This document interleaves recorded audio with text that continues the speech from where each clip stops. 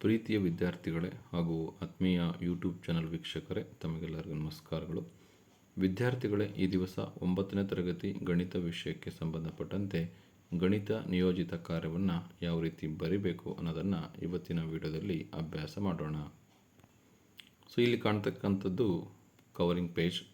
First page ಏನು ಬರೀಬೇಕು? ಶಾಲಾ ಶಿಕ್ಷಣ ಮತ್ತು ಸಾಕ್ಷರತಾ ಇಲಾಖೆ, ಸರ್ಕಾರಿ ಪ್ರೌಢಶಾಲೆ, ನಿಮ್ಮ ಶಾಲೆ ಹೆಸರನ್ನು ಬರೆಯಿರಿ, ತಾಲೂಕು ಮತ್ತು ಜಿಲ್ಲೆಯನ್ನು ಬರೆಯಿರಿ. ಗಣಿತ ನಿಯೋಜಿತ ಕಾರ್ಯ ಮ್ಯಾಥಮೆಟಿಕ್ಸ್ ಪ್ರಾಜೆಕ್ಟ್ ವರ್ಕ್ ಅಂತ ಬರೀಬೇಕಾಗುತ್ತೆ. ನಂತರ ಶೈಕ್ಷಣಿಕ ವರ್ಷ ಯಾವುದಿದೆ ಅದನ್ನು ನೀವು ಬರೀಬೇಕಾಗುತ್ತೆ. ನಂತರ ವಿದ್ಯಾರ್ಥಿ ಹೆಸರು, ಸ್ಯಾಟ್ಸ್ ನಂಬರ್, ಹಾಜರಾತಿ ಸಂಖ್ಯೆ, ನಿಮ್ಮ ತರಗತಿಯನ್ನು ನೀವು ಬರೀಬೇಕಾಗುತ್ತೆ. ಹಾಗೆ ಈ ಪ್ರಾಜೆಕ್ಟನ್ನು ಮಾಡಲಿಕ್ಕೆ ಯಾರು ಟೀಚರ್ಸ್ ನಿಮಗೆ ಕೊಟ್ಟಿರ್ತಾರೆ ಆ ಟೀಚರ್ಸ್ ಹೆಸರನ್ನು ಇಲ್ಲಿ ಬರೀಬೇಕಾಗುತ್ತೆ. ಇದು ಮೊದಲನೇ ಪೇಜ್ ಆಗಿದೆ ವಿದ್ಯಾರ್ಥಿಗಳೇ. 9ನೇ ತರಗತಿ ಗಣಿತ ವಿಷಯಕ್ಕೆ ಸಂಬಂಧಪಟ್ಟಂತೆ ಪ್ರಾಜೆಕ್ಟ್ ವರ್ಕಲ್ಲಿ ಇದು ಮೊದಲನೇ ಪೇಜ್.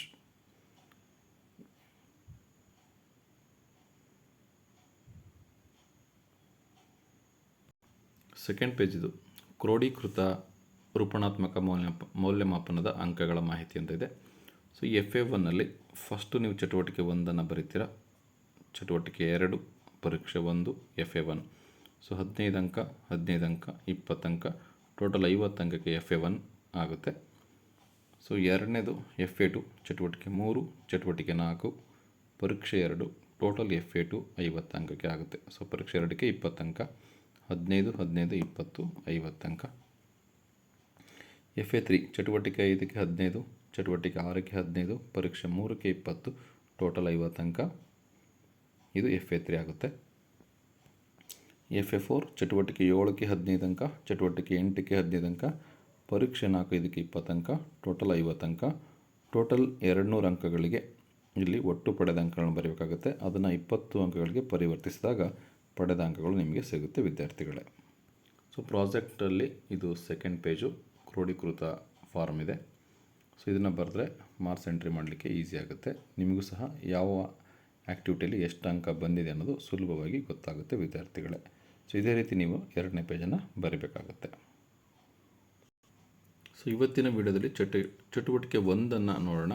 ಇದು LBA ಬೇಸ್ಡ್ LBA ಆಧಾರಿತ ಪ್ರಶ್ನೆ ಪತ್ರಿಕೆಯನ್ನು ಬಳಸಿ ಇದನ್ನು ರಚನೆ ಮಾಡಲಾಗಿದೆ. ಚಟುವಟಿಕೆ 1ಅನ್ನು ಅಧ್ಯಾಯ 1ರಿಂದ ತೆಗೆದುಕೊಳ್ಳಲಾಗಿದೆ. ಸಂಖ್ಯಾ ಪದ್ಧತಿ, ಅಂಕಗಳು 15 ಅಂಕಗಳು. 1ನೇ ಪ್ರಶ್ನೆ 1.10101000 ಈ ಸಂಖ್ಯೆಯು A ಸ್ವಾಭಾವಿಕ ಸಂಖ್ಯೆ, B ಪೂರ್ಣ ಸಂಖ್ಯೆ, C ಭಾಗಲಬ್ಧ ಸಂಖ್ಯೆ, D ಅಭಾಗಲಬ್ಧ ಸಂಖ್ಯೆ.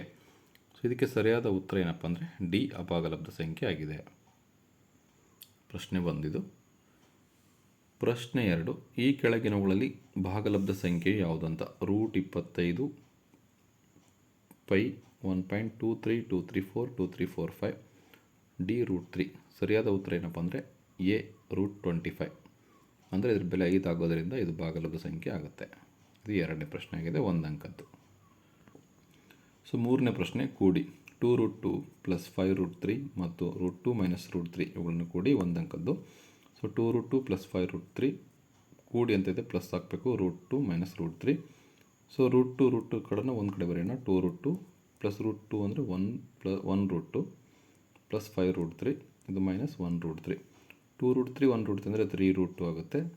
+ 5√3 -1√3 ಹೋದರೆ +4√3 ಆಗುತ್ತೆ. ಇದು ಮೂರನೇ ಪ್ರಶ್ನೆ ಉತ್ತರ ಆಗಿದೆ. ನಾಲ್ಕನೇ ಪ್ರಶ್ನೆ √64 ಬೆಲೆಯನ್ನು ಕಂಡುಹಿಡಿಯಿರಿ ಅಂತಿದೆ. ಇದು 1 ಅಂಕದ್ದು. √64 ಹಾಗೇ ಇದೆ. √64 ಅಂದರೆ ಅದರ ಬೆಲೆ 8 ಆಗುತ್ತೆ.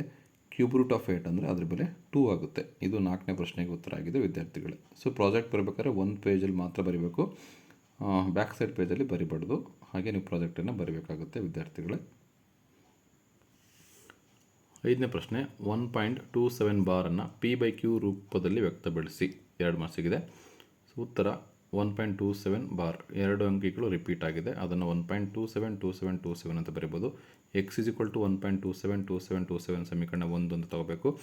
ಎರಡು ಅಂಕೆಗಳು ರಿಪೀಟ್ ಆಗಿರೋದ್ರಿಂದ ಸಮೀಕರಣ 1ಅನ್ನು 100ರಿಂದ ಗುಣಿಸಬೇಕು. x × 100 = 1.272727 × 100 ಗುಣಿಸಿದಾಗ 100 × x 100x ಆಗುತ್ತೆ. ಈಸ್ ಈಕ್ವಲ್ ಟು 100ಇಂದ ಇದನ್ನ ಗುಣಿಸಿದಾಗ 127.272727 ಆಗುತ್ತೆ. ಇದನ್ನ ಸಮೀಕರಣ 2 ಅಂತ ಬರೆಯೋಣ. 1ಅನ್ನು 2ರಿಂದ ಕಳೆದಾಗ ಸಮೀಕರಣ 1ಅನ್ನು 2ರಿಂದ ಕಳಿಬೇಕು. 100x - x 100x - 1x - 127.272727 minus 1.272727 ಕಳೆದಾಗ ನಮಗೆ 100xಲ್ಲಿ 1x ಹೋದರೆ 99x ಈಸ್ ಈಕ್ವಲ್ ಟು ಇದರಲ್ಲಿ ಇದನ್ನು ಕಳೆದ್ರೆ 126 ಬರುತ್ತೆ. x is equal to 126/99 simplify ಮಾಡಿ x ಈಸ್ ಈಕ್ವಲ್ ಟು 14/11 ಬರುತ್ತೆ. ಸೊ ಇದು 5ನೇ ಪ್ರಶ್ನೆಗೆ ಉತ್ತರ ಆಗಿದೆ ವಿದ್ಯಾರ್ಥಿಗಳೇ. 2 ಅಂಕಕ್ಕೆ ಈ ಪ್ರಶ್ನೆನ ಕೇಳಲಾಗಿದೆ. 6ನೇ ಪ್ರಶ್ನೆ ಸುಲಭೀಕರಿಸಿ ಅಂತಿದೆ.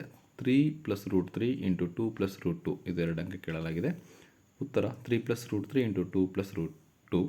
3ಯನ್ನು ತಗೊಂಡ್ರೆ 3ಯನ್ನು 2 + √2 ಇಂದ ಗುಣಿಸಬೇಕು, ಪ್ಲಸ್ √3ಯನ್ನು 2 + √2 ಇಂದ ಗುಣಿಸಬೇಕು. 3 × 2 6 ಪ್ಲಸ್ 3 × √2 3 √2 ಪ್ಲಸ್ ಹಾಗೆ ಇದೆ. √3 × 2 2 √3 ಪ್ಲಸ್ ಪ್ಲಸ್ √3 × √2 √6. ಸೊ ಇದು 6ನೇ ಪ್ರಶ್ನೆಗೆ ಉತ್ತರ ಆಗಿದೆ ವಿದ್ಯಾರ್ಥಿಗಳೇ, 2 ಅಂಕದ ಪ್ರಶ್ನೆ. ಸೊ 7ನೇ ಪ್ರಶ್ನೆ √2 ಸಂಖ್ಯಾ ರೇಖೆ ಮೇಲೆ ಪ್ರತಿನಿಧಿಸಿ ಅಂತಿದೆ. 3 ಅಂಕದ ಪ್ರಶ್ನೆ. ಯಾವ ರೀತಿ ಬಿಡಿಸ್ಬೇಕು ಅಂತ ನೋಡೋಣ. ಫಸ್ಟ್ ಒಂದು ಸಂಖ್ಯಾ ರೇಖೆಯನ್ನು ಎಳಿಬೇಕು. ಸೊ 0 1 2 0 -1 -2 ಅಳತೆ ಪ್ರಕಾರ ಇದನ್ನ ಗುರ್ತು ಮಾಡ್ಕೋಬೇಕು, ಅಳತೆ ಪಟ್ಟಿನ ಬಳಸ್ಕೊಂಡು. ಸೊ ಇಲ್ಲಿಂದ 1 ಸೆಂಟಿಮೀಟ್ರ್ ತೊಗೊಂಡ್ರೆ ಸೊ ಇಲ್ಲಿಂದ ನಾವು ಮೇಲೆ AB 1 ಸೆಂಟಿಮೀಟ್ರನ್ನ ಗುರ್ತು ಮಾಡ್ಕೋಬೇಕು. ಸೊ ಗುರ್ತು ಮಾಡ್ಕೊಂಡ್ಮೇಲೆ O ಇಂದ Bಗೆ ಒಂದು ಲೈನನ್ನು ಎಳಿಬೇಕು. ಸೊ ಅದು √2 ಆಗಿರುತ್ತೆ. ಸೊ AB ಏನೋ ತ್ರಿಜ್ಯವಾಗಿಟ್ಕೊಂಡು ಏನು ಮಾಡಬೇಕಪ್ಪ ಅಂದರೆ OBಯನ್ನು ತ್ರಿಜ್ಯವಾಗಿಟ್ಕೊಂಡು O ಪಾಯಿಂಟಲ್ಲಿ ಸೊ O ಪಾಯಿಂಟಿಂದ B ಪಾಯಿಂಟಿಗೆ ಒಂದು ಕರ್ವನ್ನು ಎಳಿಬೇಕಾಗುತ್ತೆ. ಸೊ ಇದು ಎಲ್ಲಿ ಟಚ್ ಆಗುತ್ತೆ ಸಂಖ್ಯಾ ರೇಖೆನ ಅದು √2 ಆಗಿರುತ್ತೆ. ಸೊ ಇದು P ಪಾಯಿಂಟ್ ಇದೆಯಲ್ಲ ಇದು √2. ಸೊ ಇದನ್ನು ಸಂಖ್ಯಾ ರೇಖೆ ಮೇಲೆ ನೀವು ಗುರುತಿಸಬೇಕಾಗುತ್ತೆ. ಲಾಸ್ಟ್ ಪ್ರಶ್ನೆ √9.3 ಸಂಖ್ಯಾ ರೇಖೆ ಮೇಲೆ ಪ್ರತಿನಿಧಿಸಿ ಅಂತೇಳಿ 4 ಮಾರ್ಕ್ಸ್ ಕೇಳಲಾಗಿದೆ. ಸೊ ಹೇಗೆ ಬಿಡಿಸೋದು ಅಂತ ನೋಡೋಣ. ಸೊ √9.3 ಕೇಳಿದರೆ ಫಸ್ಟು ನಾವು AB 9.3 ಸೆಂಟಿಮೀಟ್ರನ್ನ ಗುರ್ತು ಮಾಡ್ಕೋಬೇಕು. ಆಮೇಲೆ BC 1 ಸೆಂಟಿಮೀಟ್ರನ್ನ ರಚಿಸ್ಕೋಬೇಕು. ಸೊ ACಯ ಮಧ್ಯ ಬಿಂದುನ ಗುರ್ತು ಮಾಡ್ಕೋಬೇಕು. ಸೊ ಅಂದರೆ 9.3 + 1 ಅಂದರೆ 10.3. 10.3ಗೆ ಮಧ್ಯೆಯಲ್ಲಿ ಬರುತ್ತೆ 5.1 ಸಮಥಿಂಗ್ ಬರುತ್ತೆ. ಸೊ ಅಲ್ಲಿ ಗುರ್ತು ಮಾಡಿದರೆ ನಾವು ಅದನ್ನ O ಅಂತ ಗುರ್ತು ಮಾಡಬೇಕಾಗುತ್ತೆ. ಸೊ O ಪಾಯಿಂಟನ್ನು ಗುರ್ತು ಮಾಡಿ ಸೊ AC ಅರ್ಧ ವೃತ್ತವನ್ನು ಎಳಿಬೇಕಾಗುತ್ತೆ. O ಪಾಯಿಂಟಿಂದ AC ಅರ್ಧ ವೃತ್ತವನ್ನು ಎಳಿಬೇಕು. ಸೊ AC ಅರ್ಧ ವೃತ್ತವನ್ನು ಎಳೆದ್ಮೇಲೆ B ಮತ್ತು Dಯನ್ನು ಸೇರಿಸ್ಬೇಕು. ಇಲ್ಲಿ ಒಂದು ರೇಖೆಯನ್ನು ಎಳೆದಾಗ ಲಂಬ ರೇಖೆ ಆಗಿರುತ್ತೆ. ಈ BD ಸೇರಿಸ್ಬೇಕು, O ಇಂದ Dಯನ್ನು ಸೇರಿಸ್ಬೇಕು. ಸೊ BD ಎಷ್ಟು ತ್ರಿಜ್ಯ ಇದೆ ಪಾಯಿಂಟ್ Bಯಲ್ಲಿ ಹಿಡ್ಕೊಂಡು ಕೈವಾರದಿಂದ ಇಷ್ಟನ್ನು ಕಟ್ ಮಾಡಬೇಕು. ಈ ರೀತಿ ಕರ್ವನ್ನು ರಚನೆ ಮಾಡಬೇಕಾಗುತ್ತೆ. ಇದು √9.3 ಆಗುತ್ತೆ ವಿದ್ಯಾರ್ಥಿಗಳೇ. ಇದು 4 ಅಂಕದ ಪ್ರಶ್ನೆ ಆಗಿದೆ.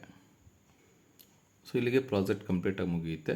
ಇದು 7ನೇ ಪ್ರಶ್ನೆಗೆ ಉತ್ತರ, ಇದು 8ನೇ ಪ್ರಶ್ನೆಗೆ ಉತ್ತರ ಆಗಿದೆ. ಒಟ್ಟು 8 ಪ್ರಶ್ನೆಗಳು 15 ಅಂಕಗಳು. ಇಲ್ಲಿಗೆ ಆಕ್ಟಿವಿಟಿ 1 ಕಂಪ್ಲೀಟ್ ಆಗುತ್ತೆ. ಸೊ ಮುಂದಿನ ವೀಡಿಯೋದಲ್ಲಿ ಆಕ್ಟಿವಿಟಿ 2ಅನ್ನು ನೋಡೋಣ. ಇವತ್ತಿನ ಒಂದು ವಿಡಿಯೋ ನಿಮಗೆ ಇಷ್ಟವಾದರೆ ಪ್ಲೀಸ್ ಲೈಕ್ ಮಾಡಿ, ಶೇರ್ ಮಾಡಿ ಹಾಗೂ ಸಬ್ಸ್ಕ್ರೈಬ್ ಮಾಡೋದನ್ನು ಮರಿಬೇಡಿ ಅಂತ ಹೇಳ್ತಾ thank you for watching this video.